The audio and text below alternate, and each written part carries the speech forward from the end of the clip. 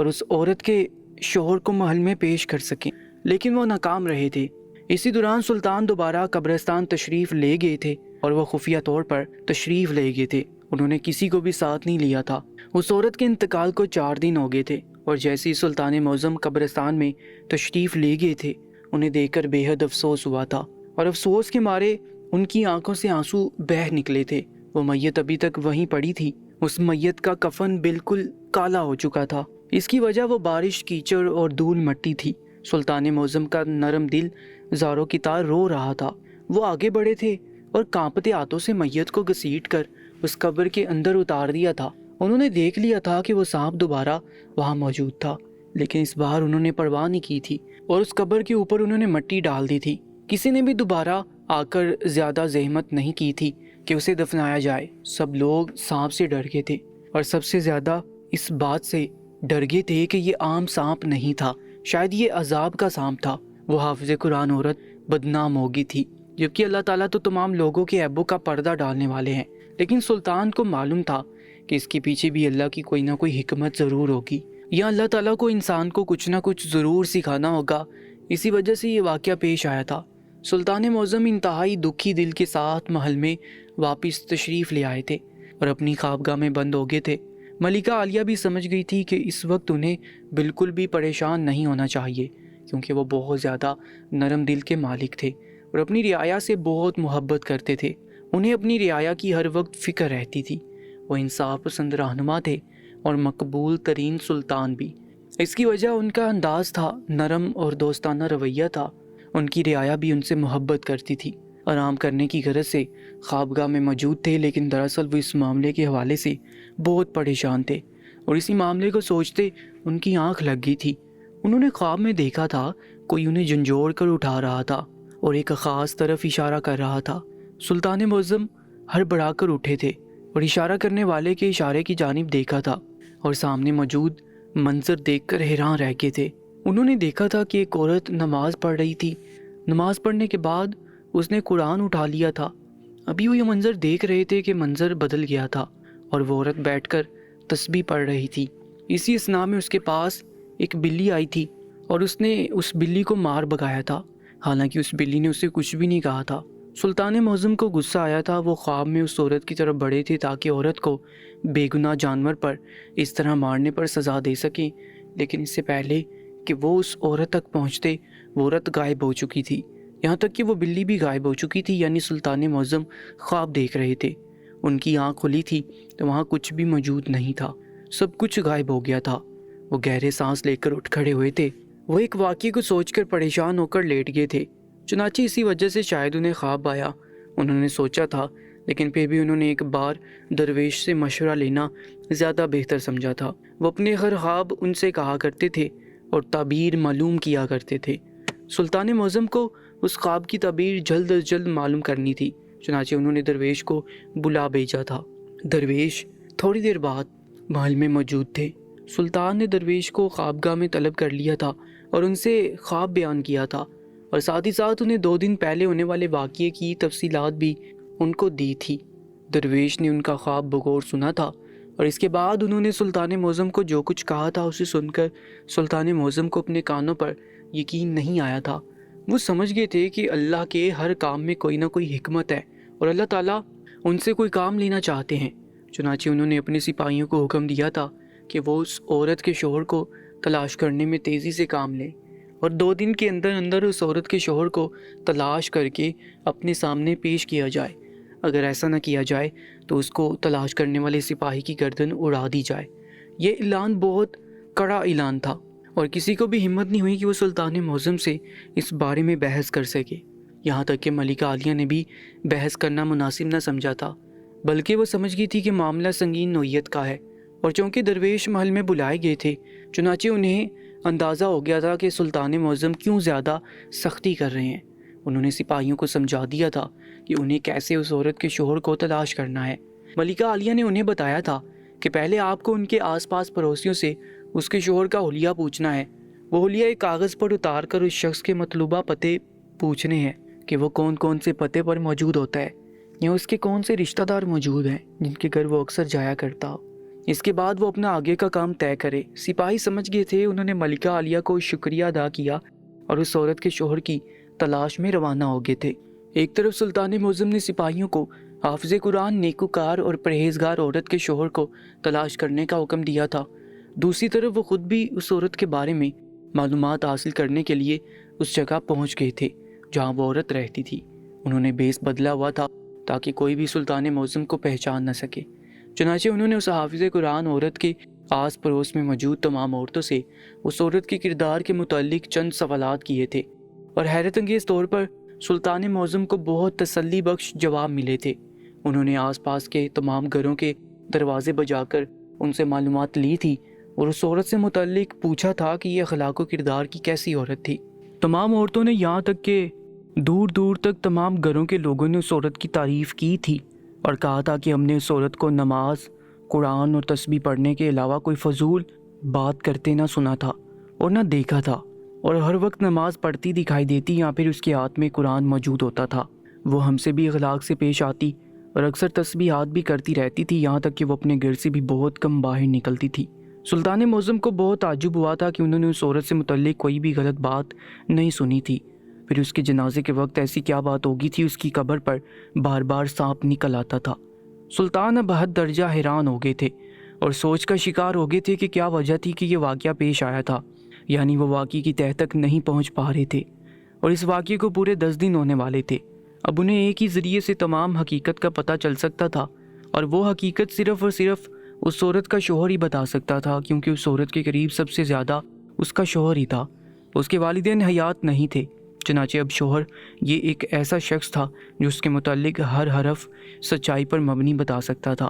حالانکہ سلطان معظم کو یقین تھا کہ اس کے پڑوسیوں نے بھی جھوٹ نہیں بولا ہوگا، لیکن کچھ تو تھا جو چھپ رہا تھا اور سامنے نہیں آ رہا تھا۔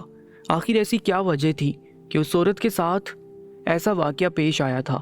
اب جلد از جلد سلطان اس عورت کے شوہر سے بات کرنا چاہتے تھے اور تمام معلومات لینا چاہتے تھے کہ آخر ایسی کیا وجہ تھی کہ اتنے ان لوگوں کے ہجوم کے سامنے اللہ تعالیٰ نے اس عورت کی میت کو مذاق بنا کر رکھ دیا تھا۔ سلطان معظم کی زندگی پر اس واقعے نے گہرا اثر ڈالا تھا، یہاں تک کہ انہوں نے کھانا پینا بھی کم کر دیا تھا اور ہر وقت اس ایک واقعے کو سلجھانے کی سوچ میں لگے رہتے تھے۔ اس کی وجہ یہ نہیں تھی کہ وہ حافظ قرآن عورت سلطان کی کوئی رشتہ دار تھی، بلکہ سلطان کو نظر آنے والے وہ خواب تھے جو ان کو پریشان کیے ہوئے تھے، اور ان خوابوں سے متعلق علم صرف درویش کو ہی تھا۔ چنانچہ سفید درویش ہی وہ واحد شخص ہے جو اس وقت سلطان کی پریشانی کو سمجھ سکتے تھے۔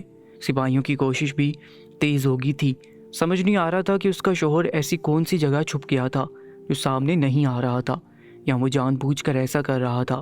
سلطان نے 2 کی بجائے پورا ایک لشکر اسی کام کے پیچھے لگا دیا تھا اور انہیں مختلف سمتوں پر تعینات کر کے روز کے روز گشت کر کے اس شخص کے متعلق معلومات حاصل کرنے پر مأمور کر دیا تھا۔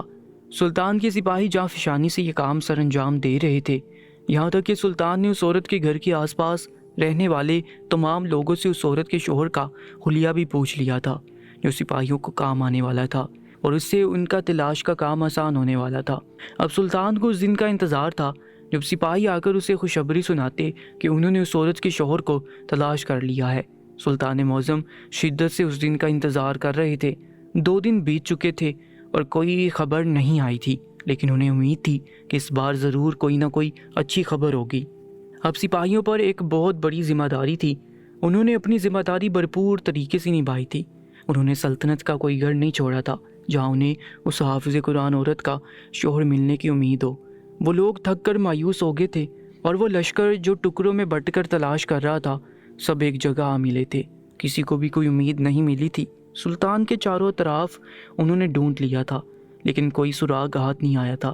اتنا مشکل کام انہیں زندگی میں کبھی نہیں سونپا گیا تھا جتنا اب انہیں ذمہ داری دی گئی تھی۔ سب سر جوڑ کر بیٹھ گئے تھے۔ اب اگر ایسی حالت میں وہ محل جاتے تو ان کی گردن اڑا دی جاتی، لہٰذا وہ سب اگلا منصوبہ سوچ رہے تھے، لیکن وہ لوگ اندر سے ڈرے ہوئے تھے کیونکہ انہیں سلطان کے سخت رویے کا سامنا تھا۔ اب نہ جانے اس عورت کے شوہر کو زمین کھا گئی تھی یا سامان لے اڑا تھا۔ سپاہیوں کا لشکر اس وقت ایک پہاڑی علاقے میں موجود تھا، وہاں جتنے گھر تھے انہوں نے چھان مارے تھے۔ شام کا وقت ہو رہا تھا، سورج اب ڈل رہا تھا۔ تھوڑی دیر میں اندھیرا چھانے لگا، پھر اور مشکل ہو جاتی اور کوئی سراغ ہاتھ نہ لگتا۔ ابھی سپاہیوں کے لشکر کو بیٹھے چند منٹ گزرے تھے کہ اس پہاڑی سے نیچے انہیں ایک آدمی آتا دکھائی دیا۔ وہ کوئی چرواہا تھا، بکریاں چرا کر واپس اپنی منزل کی جانب جا رہا تھا۔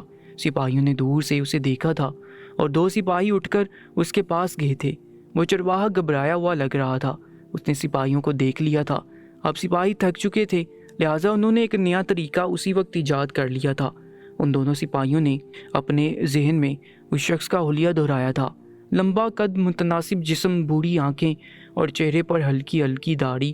اس کے علاوہ کسی نے نشانی بتائی تھی کہ اس کے ہاتھ پر ایک بہت بڑا مسا ہے۔ وہ دونوں اس چرواہے کے پاس پہنچ گئے تھے اور یہ دیکھ کر حیران رہ گئے تھے کہ وہ چرواہا اس حلیے پر پورا اتر رہا تھا۔ اب بس ایک نشانی دیکھنے باقی رہ گئی تھی۔ انہوں نے جوش میں اس سے ہاتھ ملایا تھا جس سے اس کی آستیں تھوڑی سی اوپر ہو گئی تھی اور انہوں نے دیکھ لیا تھا وہ شخص ہی اس حافظ قرآن عورت کا شوہر تھا۔ انہوں نے اسے کہا تھا کہ سلطان معظم کو ایک چرواہے کی ضرورت ہے۔ یہ سن کر اس کے چہرے پر خوشی کی لہر دوڑ گئی تھی۔ وہ ان کے ساتھ چلنے پر راضی ہو گیا تھا۔ بالآخر سپاہیوں نے دوسرے سپاہیوں کو اشارہ کیا تھا کہ ان کی تلاش ختم ہو گئی تھی اور اس عورت کا شوہر مل گیا تھا۔ وہ اسی لیے انہیں مل سکا تھا کیونکہ وہ پہاڑوں کے درمیان ایک دوسرے شخص کے جانوروں کو چرا رہا تھا اور 2 دن سے وہیں تھا۔ اب ان کی تلاش ختم ہو گئی تھی۔ وہ شخص اسے لے کر محل کی طرف روانہ ہو گئے تھے۔ باتوں باتوں میں انہوں نے اس سے تصدیق بھی کر لی تھی۔ اس نے بتایا تھا کہ حال ہی میں اس کی بیوی کا انتقال ہو گیا ہے، وہ اکیلا رہتا ہے۔ اب انہیں مکمل طور پر اطمینان ہو گیا تھا کہ وہ وہی شخص ہے جس کی انہیں تلاش تھی۔ چنانچہ سپاہیوں کو سکون ہو گیا تھا اور وہ مطمئن سے محل کی طرف روانہ ہو گئے تھے۔ وہ شخص سپاہیوں کے ساتھ سلطان معظم کے محل میں آ گیا تھا اور محل دیکھ کر تو اس کی آنکھیں چندے آ گئی تھی۔ اتنا شاندار محل اس نے اپنی زندگی میں کبھی نہیں دیکھا تھا۔ لیکن سلطان معظم اس شخص پر بہت زیادہ خفا تھے۔ بہت سارے سوالات ان کے ذہن میں موجود تھے جو وہ شخص سے پوچھنا چاہتے تھے، لیکن اس سے پہلے اس شخص نے جتنا انہیں اور سپاہیوں کو دہرایا تھا وہ اس چیز کی سزا اسے دینا چاہتے تھے۔ انہوں نے اسے کچھ بھی نہیں کہا تھا، بس سپاہیوں کو اس کے سامنے حکم دیا تھا کہ اسے زندان میں ڈال دیا جائے تاکہ اسے پتہ چلے کہ کسی کا وقت ضائع کرنا کتنی غلط بات ہے۔ حالانکہ سپاہی پہچان گئے تھے کہ یہ شخص انہیں پہلے بھی ملا ہے، لیکن وہ اسے پہچان نہیں سکے تھے۔ اور دوسرا، اس نے خود ہی اس چیز سے انکار کر دیا تھا کہ وہ اس شخص کو نہیں جانتا۔ یہ بات سلطان معظم کو معلوم ہوئی تو وہ بہت زیادہ غیظ و غضب میں آ گئے تھے اور انہوں نے اس شخص کو پورے 2 دن زندان میں بغیر کھانے پینے کے ڈالنے کا حکم دیا تھا تاکہ اسے پتہ چل جائے کہ جھوٹ بولنے کی کیا سزا ہوتی ہے۔ 2 دن گزر چکے تھے اور وہ بری حالت میں محل میں لایا گیا تھا۔ اب سلطان نے اسے کہا تھا کہ اب اسے معلوم ہو جانا چاہیے کہ کسی کو بھی جھوٹ نہیں بولنا چاہیے، یہاں تک کہ کسی کا وقت بھی ضائع نہیں کرنا چاہیے۔ اس شخص نے کہا تھا کہ اب اسے معلوم ہو گیا ہے، ویسے بھی وہ نکاحت کا شکار تھا۔ چنانچہ اب سلطان نے حکم دیا تھا کہ اس کی خوب خاطر مدارت کی جائے تاکہ 2 دن سے کھانا پینا نہ ملنے کی وجہ سے جو کمزوری اس میں آ گئی ہے وہ دور ہو جائے۔ چنانچہ ایسے ہی کیا گیا تھا اور پھر اگلے دن اسے دوبارہ سلطان کے سامنے پیش کر دیا گیا تھا۔ سلطان نے اسے اس کی حافظ قرآن بیوی کے جنازے کے وقت ہونے والے واقعے سے آگاہ کیا تھا اور پوچھا تھا کہ کیا اسے معلوم ہے کہ یہ خبر جنگل میں آگ کی طرح پوری سلطنت میں پھیل گئی ہے۔ اس شخص نے نفی میں سر ہلایا تھا اور سلطان معظم سے کہا تھا کہ عالی جا، مجھے اس بارے میں کچھ بھی علم نہیں ہے۔ سلطان نے اسے کہا تھا کہ اب میں جو بھی کچھ پوچھوں تو تم مجھے سب کچھ صحیح جواب دینا۔ وہ شخص راضی ہو گیا تھا۔ سلطان نے اس سے سوال کیا تھا کہ کیا تمہاری بیوی کے ساتھ تعلق بہتر نہیں ہے؟ اس نے نفی میں سر ہلایا تھا۔ سلطان کو بے پناہ حیرت ہوئی تھی۔ سلطان نے اس سے پوچھا تھا کہ وہ جنازے کے وقت اپنی بیوی کو دفنانے کیوں نہیں آیا تھا۔ اس نے خاموشی سے سلطان کی طرف دیکھا اور پھر جو کچھ بھی کہا تھا وہ سب کو حیران کرنے کے لیے کافی تھا۔ سب کے منہ کھلے کے کھلے رہ گئے تھے۔ اس شخص نے کہا تھا کہ میں نے اس عورت کے مرنے سے تھوڑی دیر پہلے ہی اسے طلاق دے ڈالی تھی، اسی وجہ سے میں اسے دفنانے نہیں آیا تھا کیونکہ اب وہ میری نامحرم ہو گئی تھی۔ انسانیت کے ناطے بھی میں نہیں آیا تھا کیونکہ ایک طرف مجھے پچھتاوا تھا کہ میں نے اتنے سال کی رفاقت کا اسے یہ صلہ دیا تھا، لیکن دوسری طرف جو اس عورت کا رویہ تھا اس نے مجھے اس چیز پر مجبور کر دیا تھا۔ اب سلطان معظم کا تجسس بڑھ گیا تھا۔ اس عورت کا رویہ اپنے شوہر کے ساتھ کیسا تھا؟ اس شخص نے کہا کہ میری بیوی حافظ قرآن تھی، وہ بہت نیک عورت تھی، بہت پاک باز عورت تھی، یہاں تک کہ سب اس پر رشک کرتے تھے کہ یہ اللہ کی پسندیدہ عورت ہے۔ لیکن میں آپ کو بتاؤں کہ وہ اللہ کی پسندیدہ ترین عورت نہیں تھی۔ سلطان معظم حیرت میں مبتلا ہو گئے اور وہاں موجود ہر شخص بغور اس شخص کی باتیں سن رہا تھا۔ اس شخص نے مزید بتایا کہ وہ عورت میری نافرمانی کرتی تھی اور میرا حق ادا نہیں کرتی تھی۔ وہ سارا دن نماز پڑھتی رہتی، فرض نمازوں کے بعد نفل نماز ادا کرتی رہتی، پھر جو وقت ملتا تو قرآن اٹھا کر بیٹھ جاتی، اور اس کے بعد جو وقت ملتا یا تو آس پاس کی خبریں لے کر ان کی مدد کو پہنچ جاتی، یا پھر تسبیحات اور ذکر و ذکار میں مصروف ہو جاتی، اور اس کے بعد بچ جانے والے وقت میں وہ آرام کیا کرتی تھی۔ اس کی زندگی میں مجھے ایسا لگتا تھا کہ میری کوئی اہمیت نہیں رہی۔ وہ مجھے کبھی بھی وقت نہیں دیتی تھی، یہاں تک کہ میرا ازدواجی حق بھی مجھے مانگ مانگ کر اس سے لینا پڑتا تھا، اور یہ چیز مجھے بہت دکھ دیتی تھی۔ وہ مجھے کہتی تھی کہ میری نماز چلی جائے گی اور مجھے ٹھنڈے پانی سے نہانے کی عادت نہیں ہے۔ میں اس کے لیے گرم پانی کا انتظام بھی کر کے رکھتا تھا۔ میں غریب آدمی تھا، میرے گھر میں انگیٹھی نہیں تھی۔ میں لکڑیاں جلا کر گھر کو گرم رکھتا تھا، یہاں تک کہ میں پانی بھی اسی لکڑیوں پر گرم کر کے دیتا تھا، لیکن ایسا 6 مہینے میں 1-2 بار ہی ہوتا تھا۔ وہ شخص بات کرتے کرتے رو پڑا تھا۔ یہ شادی میں نے اس کی نیک سیرت دیکھ کر کی تھی، لیکن پھر میں پچھتاوے کا شکار ہو گیا تھا۔ وہ سارا دن اللہ کی عبادت میں لگی رہتی، اگرچہ وہ میرے دوسرے کام بھی کرتی تھی، لیکن وہ میری نافرمان تھی۔ وہ میرے بلانے پر بھی مجھے وقت نہیں دیتی تھی اور بہانے کرتی تھی۔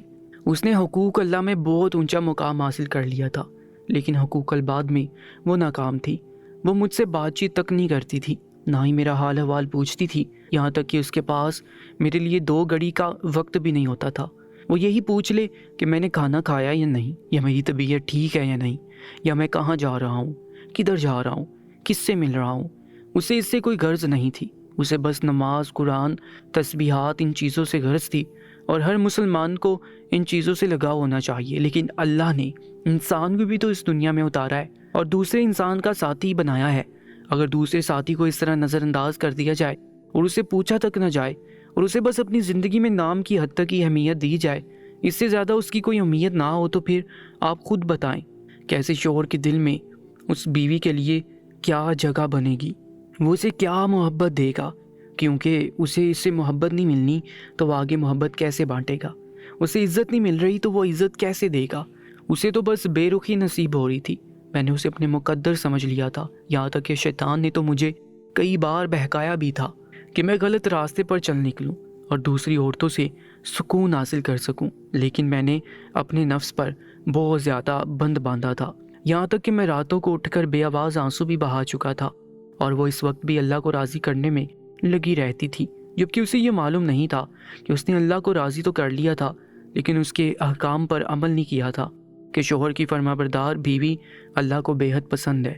میں اپنے نفس کے ہاتھوں کئی بار مجبور ہوتے ہوتے بچا تھا، اور اس میں شاید میری انہی دعاؤں کا دخل تھا کہ اے اللہ میری بیوی کو سمجھ عطا فرما کہ وہ میری ضرورت کو بھی سن لے۔ میں اگر چاہتا تو دوسری شادی بھی کر لیتا، لیکن میرے پاس اتنے وسائل نہیں تھے۔ میں پہلے ہی مشکل سے گزارا کر رہا تھا، اس میں بھی سکون زندگی سے بالکل غائب تھا، اور اگر دوسری شادی کر لیتا تو پھر میں ان دونوں کو پیٹ بھر کر کھانا بھی نہیں کھلا سکتا تھا۔ اس سے میں اگر کسی سے بھی ناانصافی ہوتی تو پھر قیامت کے دن اللہ مجھ سے سوال ضرور کرتا۔ اسی وجہ سے میں نے اپنے نفس پر قابو رکھنے کے لیے ایک طریقے پر عمل کرنا شروع کر دیا، اور وہ عمل تھا روزہ رکھنے کا عمل۔ اسی عمل سے میں غلط کاموں سے بچا رہا تھا، لیکن آخرکار برداشت کی بھی حد ہوتی ہے۔ جس دن اس کا انتقال ہوا تھا اس دن میں نے اسے اپنا حق مانگا تھا۔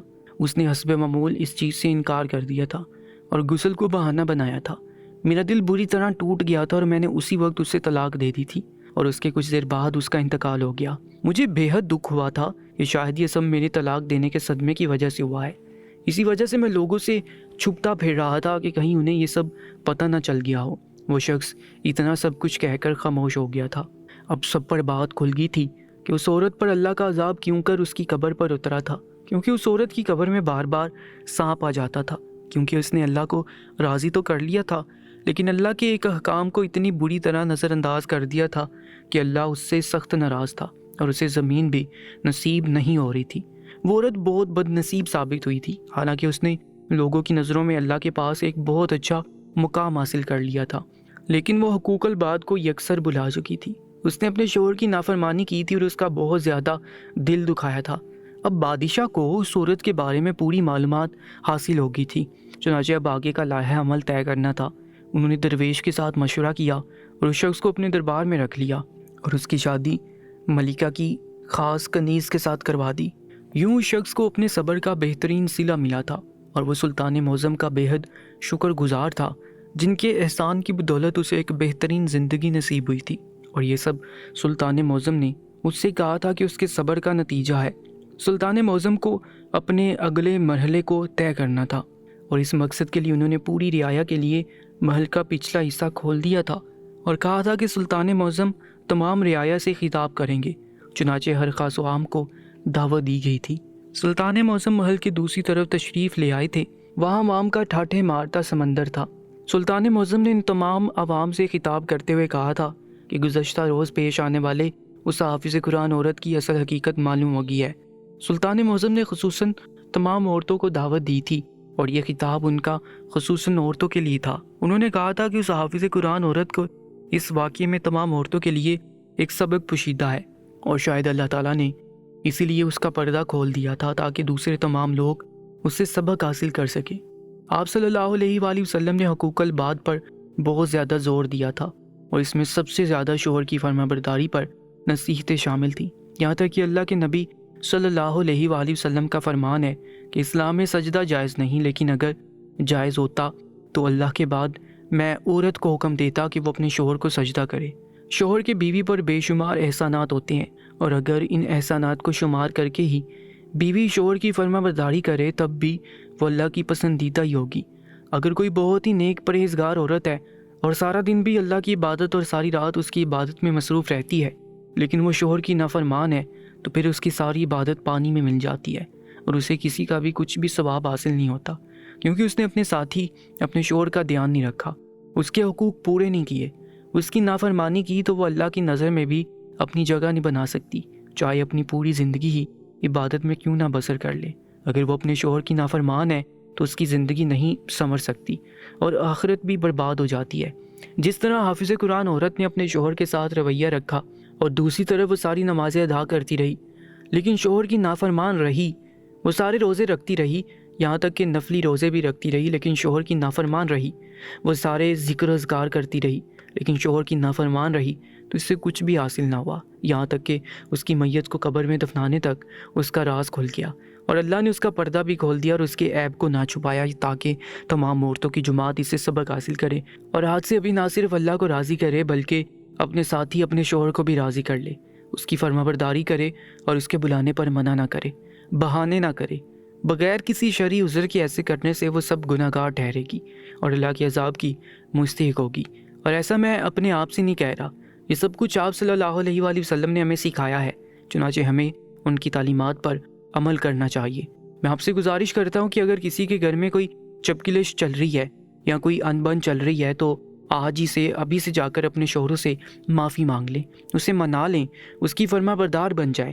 یقین جانیے یہ دنیا تو آپ کی ہو ہی جائے گی، آخرت میں بھی آپ کامیاب ہو جائیں گی۔ سلطان معظم نے دیکھا تھا کہ وہاں موجود ہر عورت کی آنکھ اشک بار تھی، یعنی ہر عورت کہیں نہ کہیں کسی نہ کسی مقام پر شوہر کی نافرمانی میں مبتلا تھی اور سلطان معظم کی یہ واعظانہ نصیحت اس کی آنکھیں کھول دینے کے لیے کافی تھی۔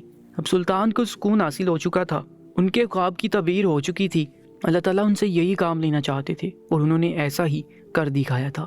دوستو، روزانہ ایک نئی کہانی کے لیے چینل کو سبسکرائب کر کے ساتھ موجود بیل آئیکن پر بھی کلک کر لیجیے گا تاکہ ہماری تمام نئی کہانیاں آپ تک سب سے پہلے پہنچتی رہیں۔